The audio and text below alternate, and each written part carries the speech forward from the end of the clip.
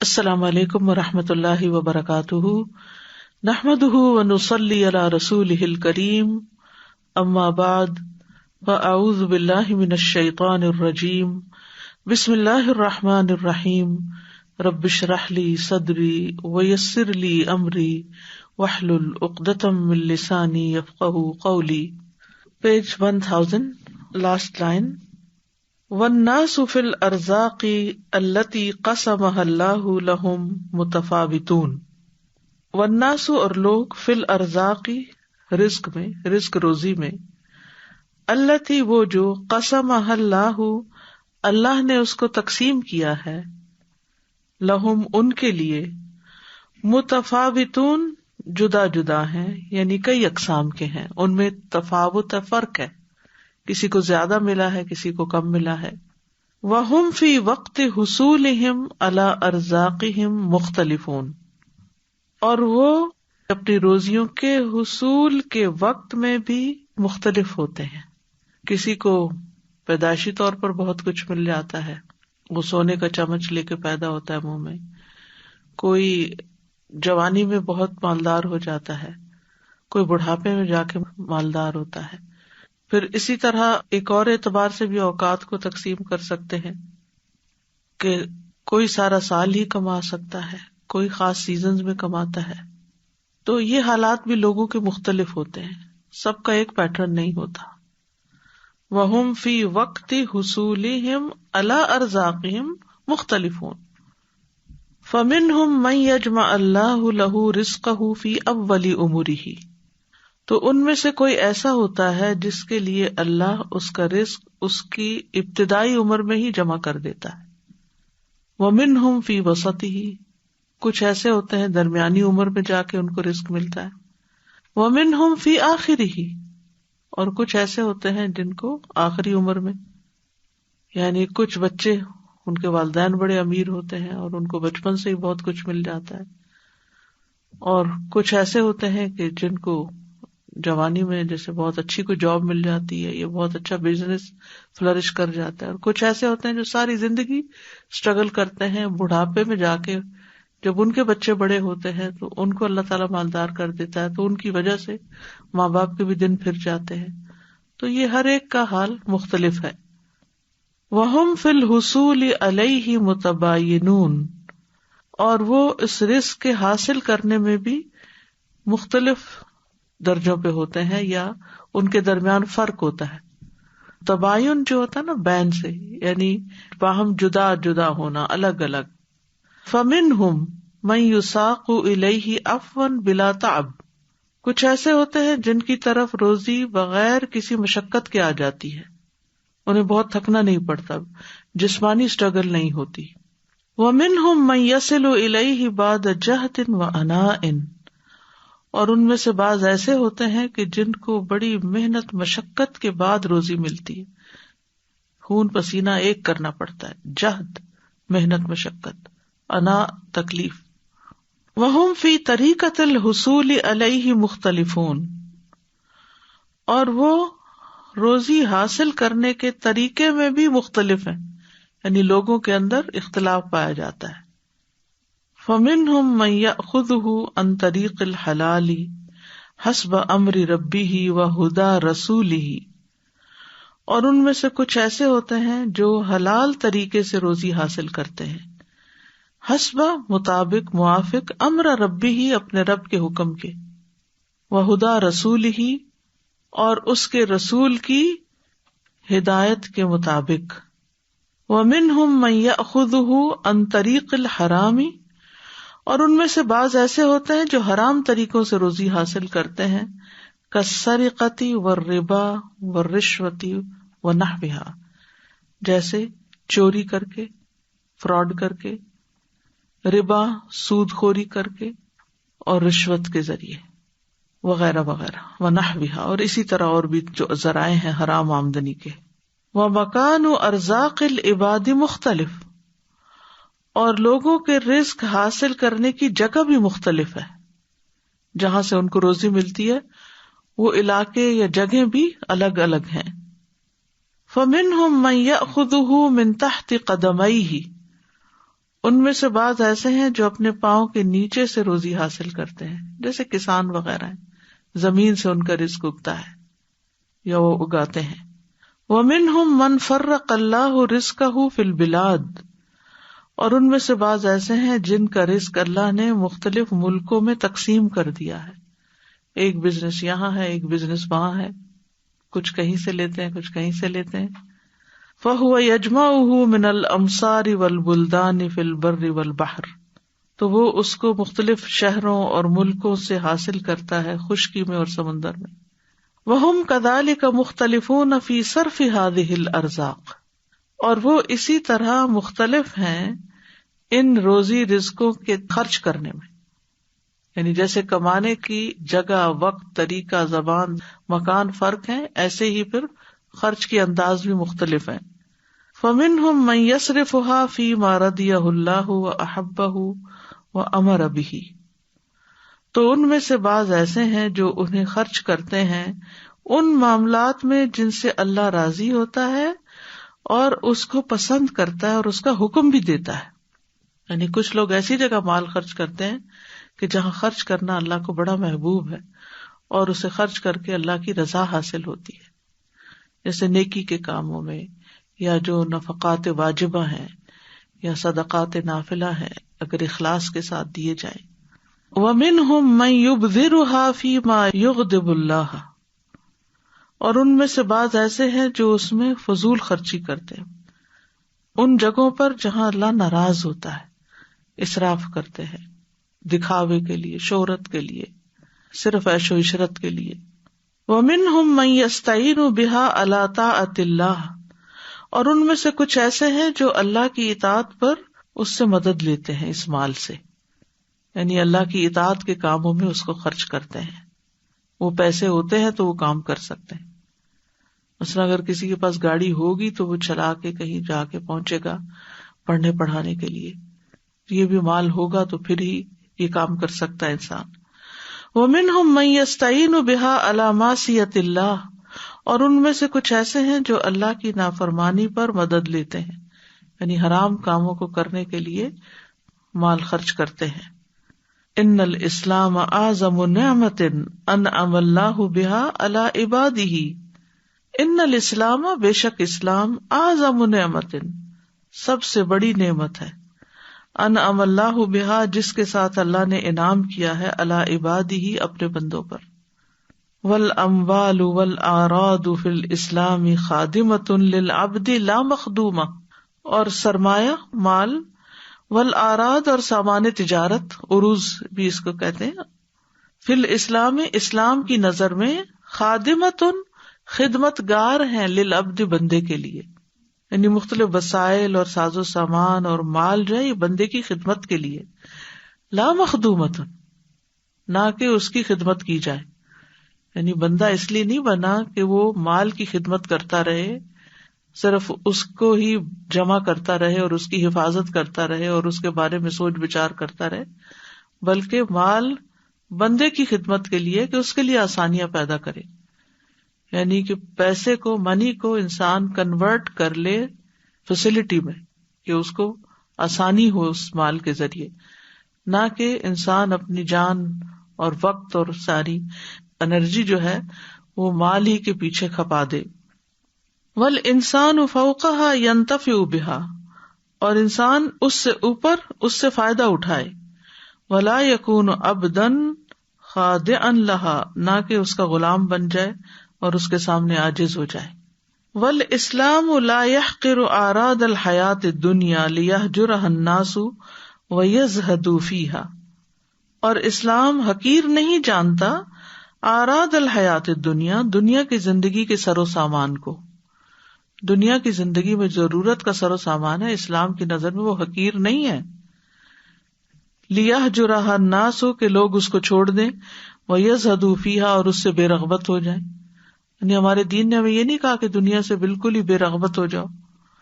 انما ہوا یزنها بوزنها، بے شک وہ اس کا وزن کرتا ہے اس کے وزن کے مطابق، یعنی اس کو ویلیو دیتا ہے جتنی ویلیو اس کی ہے بس۔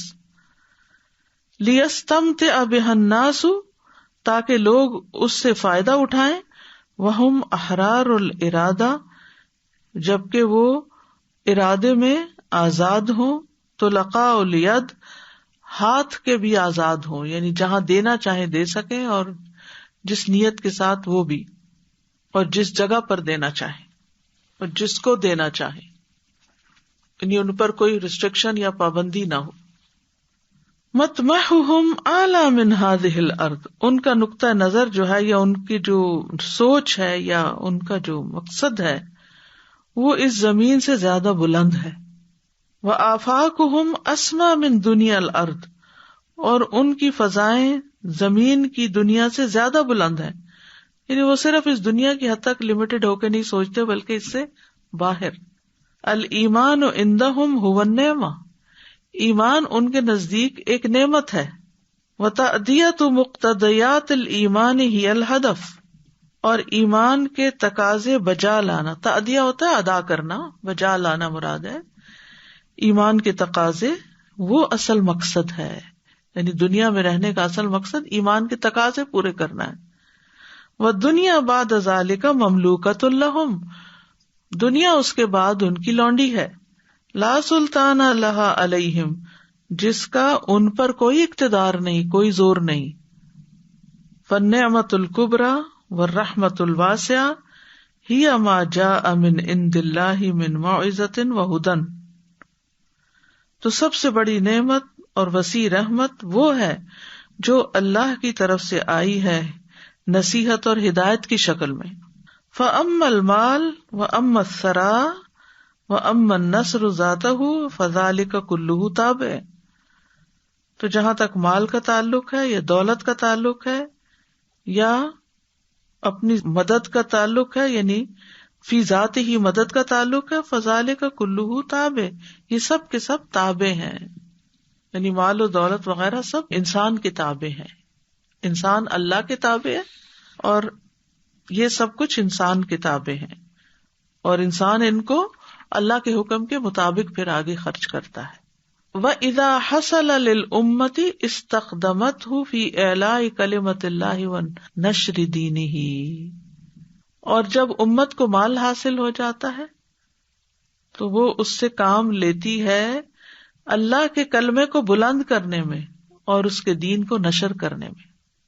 یعنی امت مسلمہ کے پاس جب مال آتا ہے تو اس کا مقصد یہ ہوتا ہے کہ وہ اس سے اپنے دین کی سربلندی چاہے. فالارزاق لیست ہی التی تحدد مکانۃ الناس فی ہذہ الارض، تو رزق روزیاں وہ نہیں جو متعین کریں لوگوں کا مقام اس زمین پر، یعنی مال کی وجہ سے کسی کا مقام نہیں بننا چاہیے. فضلا عن مکانتہم فی الآخر، کجا یہ کہ ان کے مقام آخرت میں بنے اس مال کی وجہ سے، یعنی آخرت میں کسی کا مقام اس بنا پہ بلند نہیں ہوگا کہ وہ قارون تھا یا قارون جتنا مال رکھتا تھا، نہیں. یعنی اسلام کی نظر میں دنیا میں بھی کسی کے مقام کی بلندی مال کی کثرت کی بنا پہ نہیں ہے. اور کہاں یہ کہ آخرت میں یہ کرائیٹیریا ہو کہ جس کے پاس مال ہے آئے وہ فردوس اعلیٰ میں چلا جائے، نہیں، ایسا نہیں ہو سکتا. بل انہا یمکن ان تصبح من اسباب شقوت البشریہ، بلکہ ممکن ہے کہ وہ ہو بشریت یعنی انسانیت کے محرومی کے اسباب میں سے. لا فی الآخرۃ المعجلۃ بل فی الدنیا المعجلہ، نہ اس آخرت میں جو بعد میں آنے والی ہے بلکہ دنیا میں بھی جو جلدی ملنے والی. کما ہوا مشاہد اليوم، جیسا کہ آج ہم مشاہدہ کرتے ہیں کہ بہت سے لوگوں کے پاس مال ہوتا ہے لیکن چین نام کی چیز نہیں ہوتی، اولاد کی طرف سے کوئی خوشی نہیں ہوتی، زندگی کا کوئی مقصد نہیں ہوتا، مال ان کو کوئی خوشی نہیں دے سکتا. فلا تعجبک اموالہم ولا اولادہم انما یرید اللہ لیعذبہم بہا فی الحیاۃ الدنیا وتزہق انفسہم وہم کافرون. تو آپ کو خوشنما نہ لگیں ان کے مال اور ان کی اولادیں، آپ کو حیرت میں نہ ڈالیں، تعجب میں نہ ڈالیں، حیران نہ کر دیں. انما یرید اللہ لیعذبہم بہا فی الحیاۃ الدنیا، بے شک اللہ تو ارادہ کرتا ہے کہ منافقین کو اسی مال کے ذریعے دنیا کی زندگی میں عذاب دے. وتزهق انفسهم وهم کافرون، اور ان کی جانیں اس حال میں نکلے کہ وہ کافر ہوں.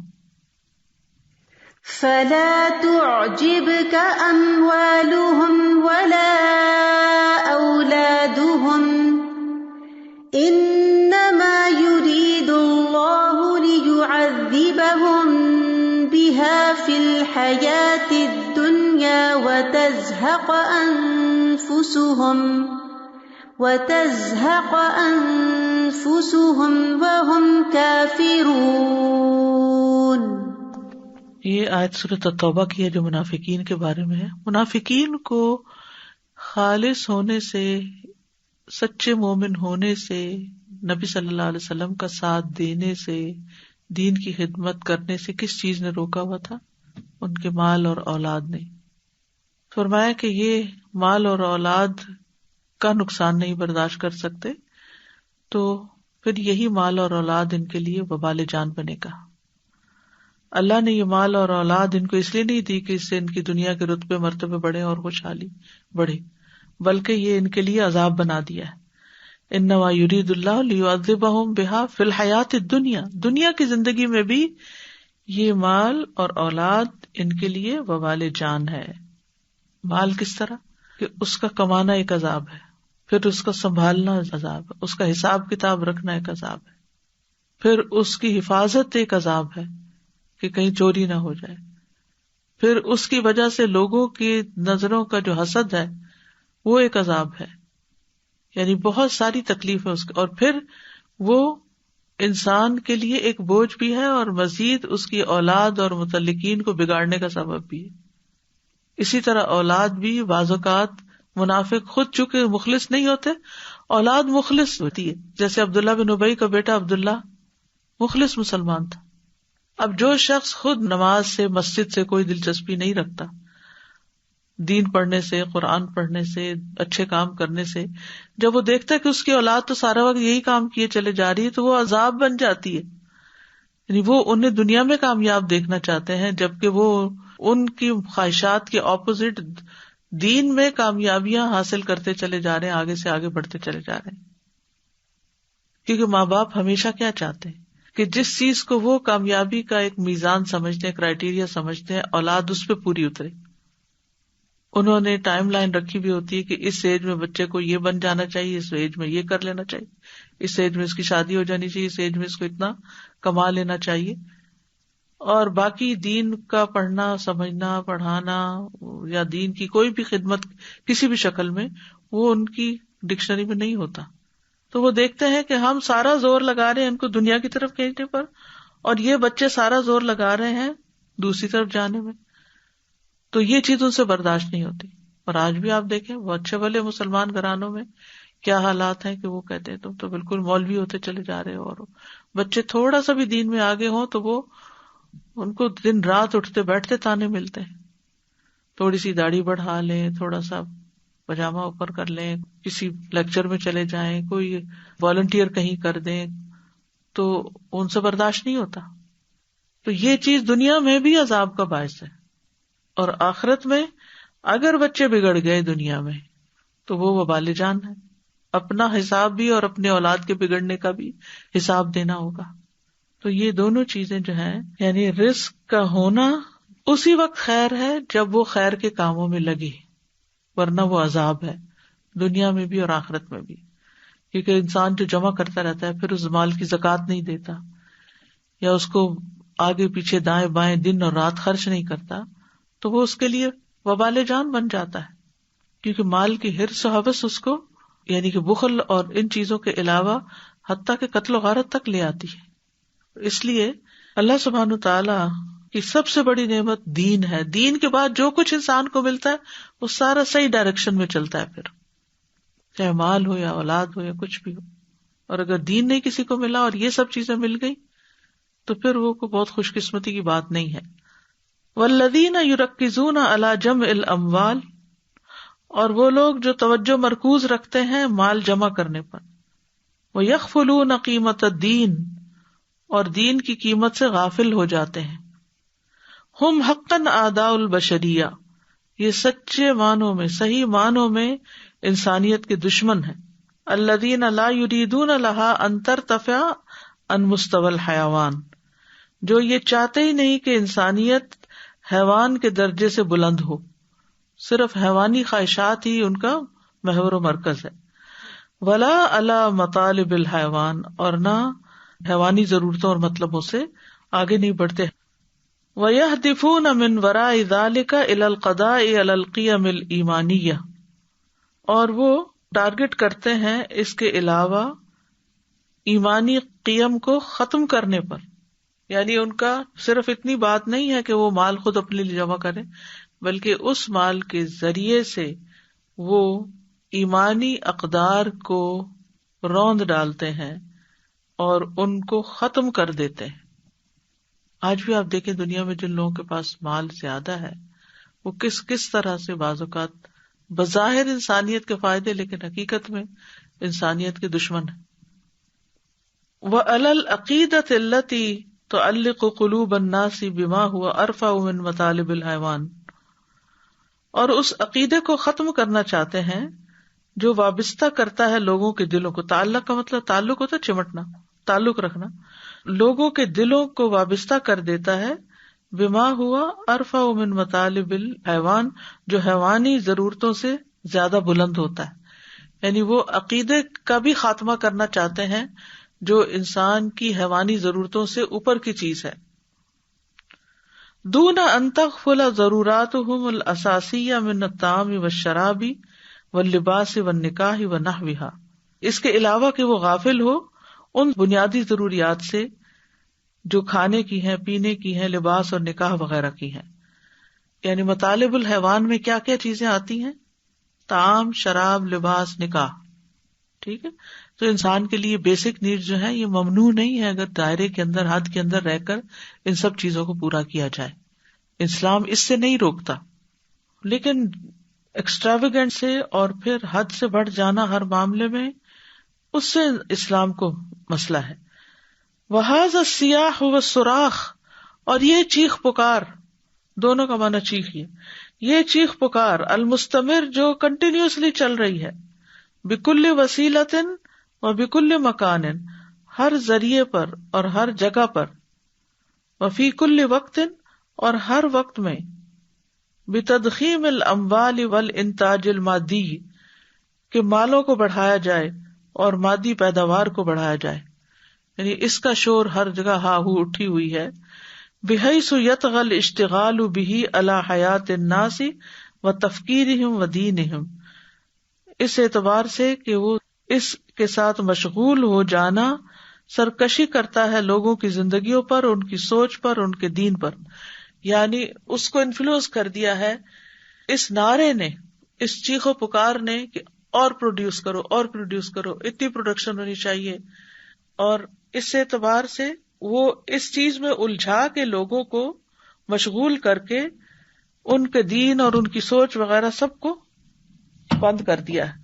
وَمُتَطَلَّبَاتُ ایمانہم من العمل الصالح، اور جو ایمان کے مطالب ہیں ان کو بھی اس نے ختم کر دیا ہے، ان کے اوپر بھی لکیر پھیر دیا. متطلبات یعنی تقاضے، ایمانہم ان کے ایمان کے، من العمل الصالح نیک کاموں میں سے، والدعوت والجہادی اور دعوت و جہاد کے. وبحیث یتحول الناس الی آلات تلہث وراء الدرہم والدینار، اور اس اعتبار سے بھی کہ لوگ پھر گئے ہیں ان آلات کی طرف، ان کے پیچھے درہم و دینار کی وجہ سے ہانپ رہے ہیں. یعنی مطلب یہ ہے کہ جو بھی ان کے پاس ذرائع ہیں یا ٹولز ہیں، آلات کہتے ہیں ٹولز کو. وَبِحَيْثُ يَتَحَوَّلُ النَّاسُ، یعنی سارے ٹول استعمال کرتے ہیں لوگ درہم و دینار کے پیچھے ہانپتے ہوئے. سمپل الفاظ میں کہ آج کے دور کا انسان اپنے سارے وسائل کو مرکز کیے ہوئے ہے، فوکس کیے ہوئے ہے، ایک جگہ کیے ہوئے ہے صرف درہم و دینار کمانے پہ، اور مال اور مال اور مال، اور ہانپ رہا ہے. تھانپتا انسان کا بھی جیسے تھک جاتا ہے تو پھر ہانپنے لگتا ہے نا، سانس چڑھ جاتا ہے.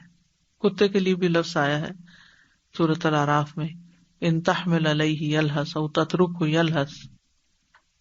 وَتَعُدُّهَا قِیمَةَ الْحَیَاةِ الْکُبریٰ، اور اس کو زندگی کی بہت بڑی قیمتی چیز گنواتے ہیں.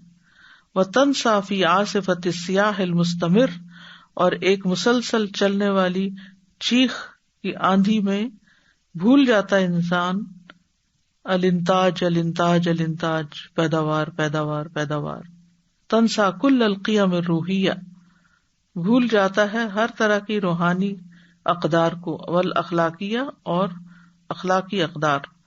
وتحمل الشعائر التعبدیہ، اور عبادت کے شاعر کو اگنور کر دیتا ہے، اہمال برتتا ہے.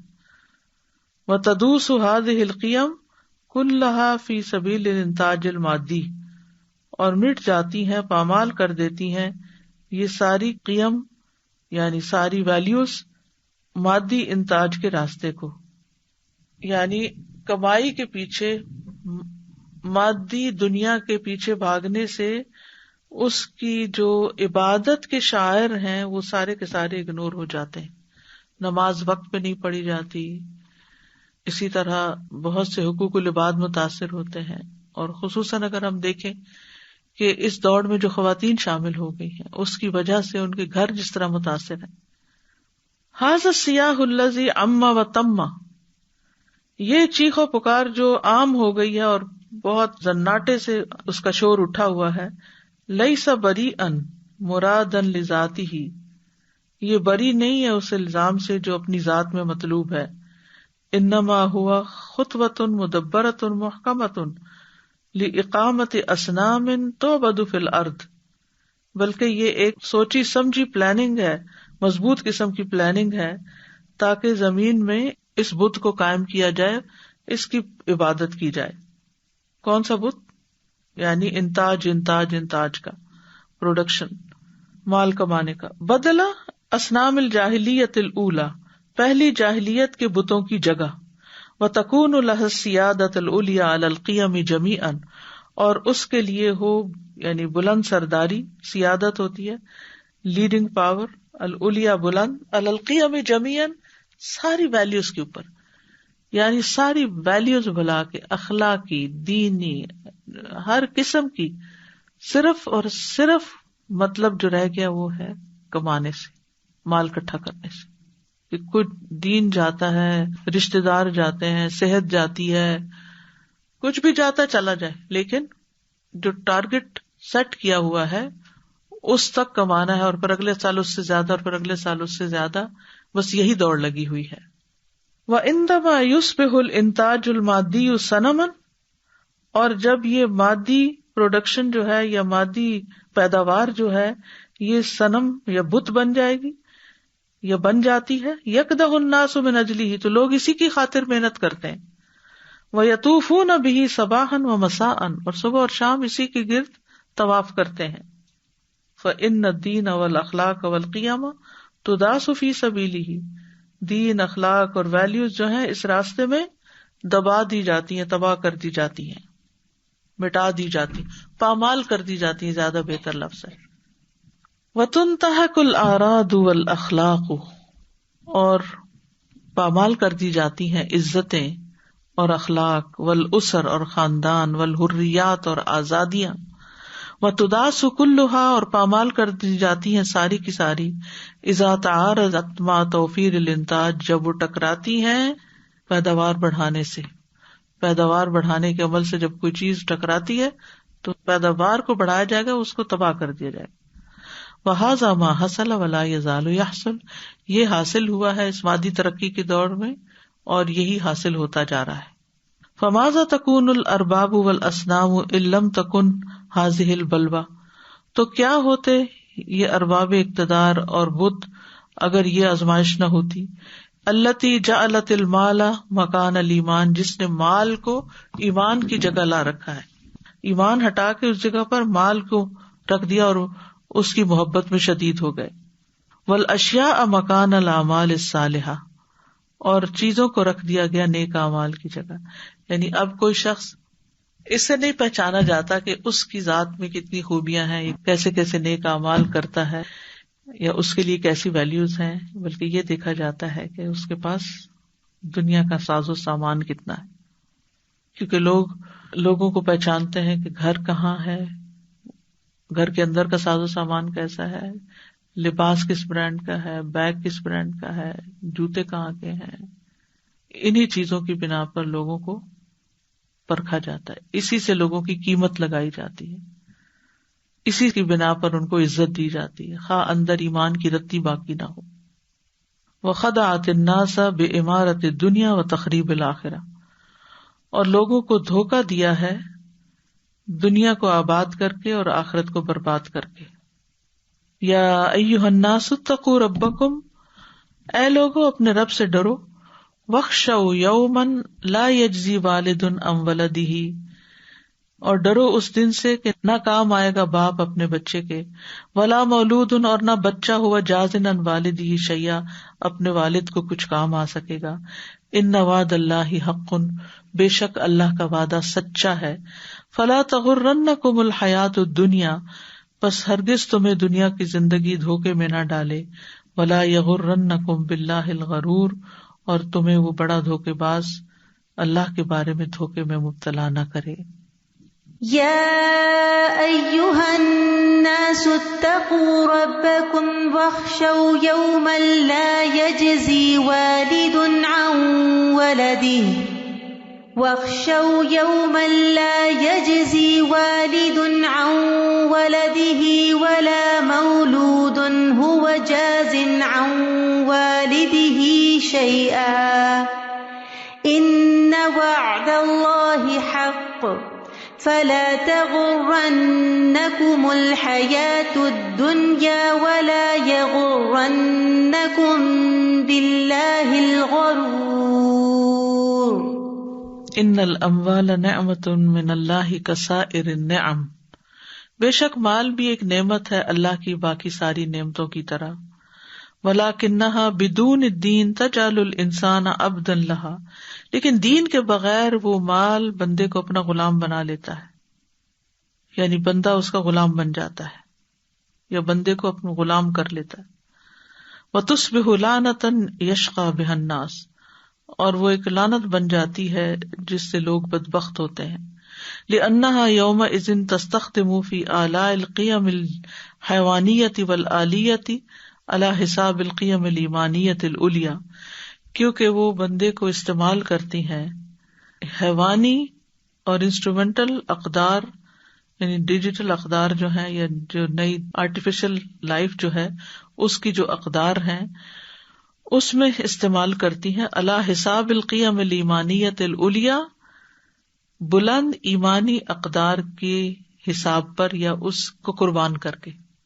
ان اعتراف الانسان بان اللہ هو الخالق الرازق، بے شک انسان کا اعتراف کہ اللہ ہی خالق اور رازق ہے، یتبعہ قطعا ان یکون اللہ هو الرب المعبود، لازمی طور پر اس کے پیچھے آتا ہے کہ وہی رب بھی عبادت کیا جائے۔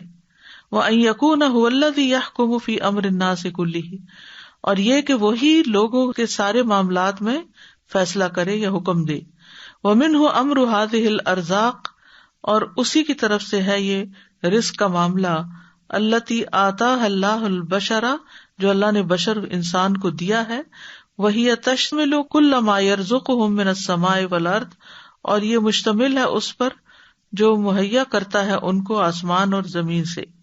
فَلَيْسَ لِأَحَدٍ أَن يُحَلِّلَ أَوْ يُحَرِّمَ فَذَلِكَ حَقُّ اللَّهِ وَحْدَهُ، کسی کے لیے جائز نہیں کہ کچھ حلال کر دے یا حرام کر دے اپنی مرضی سے، یعنی فَذَلِكَ حَقُّ اللَّهِ وَحْدَهُ، یہ تو صرف ایک اللہ اکیلے کا ہی حق ہے، یعنی بندوں کو یہ حق نہیں دیا گیا کہ وہ اپنی مرضی سے چیزوں کو حلال حرام کر دیں، یہ تو صرف اللہ رب العزت ہی کا حق ہے۔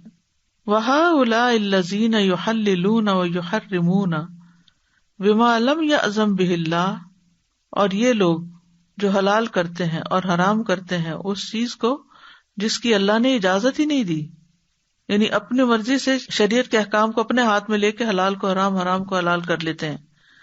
انما یعتدون علی حق اللہ، بے شک وہ اللہ کے حق پر زیادتی کرتے ہیں، وہو امر التشریع، اور وہ شریعت نافذ کرنے کا حکم ہے۔ وہؤلاء ظالمون کافرون، اور یہ لوگ ظالم بھی ہوتے ہیں اور کافر بھی ہوتے ہیں، کاذبون جھوٹے بھی ہوتے ہیں، یعنی جو دنیا کی دوڑ کے پیچھے لگے ہوئے دین اور ویلیوز چھوڑ کے. ومن اطاعہم فہو مشرک مثلہم، جو ان کی اطاعت کرے وہ انہیں جیسے شرک میں مبتلا ہے. قل ارأیتم ما انزل اللہ لکم من رزق فجعلتم منہ حراما وحلالا قل اللہ اذن لکم ام علی اللہ تفترون.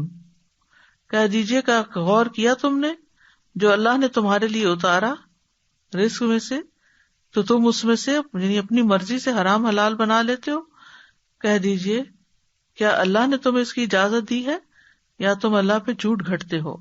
قل ارأيتم ما انزل الله لكم من رزق فجعلتم منه حراما وحلالا قل الله أذن لكم ام على الله تفترون. مطلب یہ ہے کہ دین کا نقشہ ہی بدل ڈالا اور چیزوں کو اپنی جگہ سے ہٹا کر کسی اور جگہ کر دیا.